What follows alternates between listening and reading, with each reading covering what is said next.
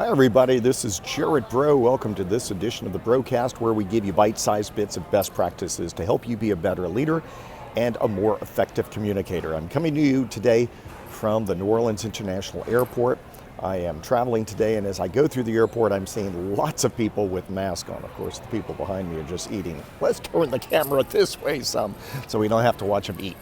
So as people travel, we're seeing more and more people with masks because they're concerned about the coronavirus. And this is a perfect time for you to realize that if you're going to look at all events through the lens of the 5 steps to effective crisis communications, Corona is a perfect example. Step 1 of the 5 steps is to do a vulnerability assessment at least once a quarter. And this is a perfect example of something that did not exist in the last quarter, but does exist in this quarter. So therefore you need to start preparing for it. Step 2 is to update your crisis communications plan. But for an event like this, if your plan's already written perfectly, you don't need to do anything to update your crisis communications plan. Step 3, however, is to have pre-written news releases. So for something like the coronavirus, you want 3 different news releases. One is a precautionary news release that tells your employees what steps to take in order to remain safe as they travel and interact with your customer base.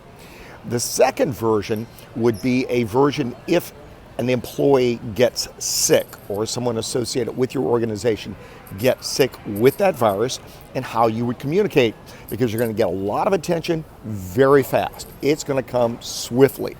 Then step 3 would be a post-event news release once you're in the all clear.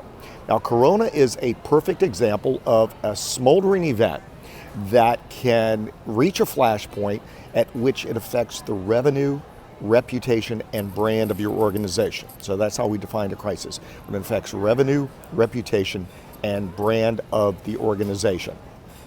Step 4 of effective crisis communications in the 5 steps is to media train. So certainly, once those pre-written news releases are created, you want to go into media training with any spokespeople who might have to talk about it. And step 5 is to do a crisis communications drill, and this is a perfect scenario to do a drill with. Too many organizations only go with the catastrophic events, such as fires and explosions and releases of chemicals and hazardous materials, but this is a perfect one because it's a smoldering crisis. It still requires your response. It's however, over a longer period of time, and sometimes can actually be harder to respond to. So those are my tips for you today. If you need assistance in managing any of this and creating any of the content, go to the contact page of my website, braudcommunications.com. That's BRAUD communications.com.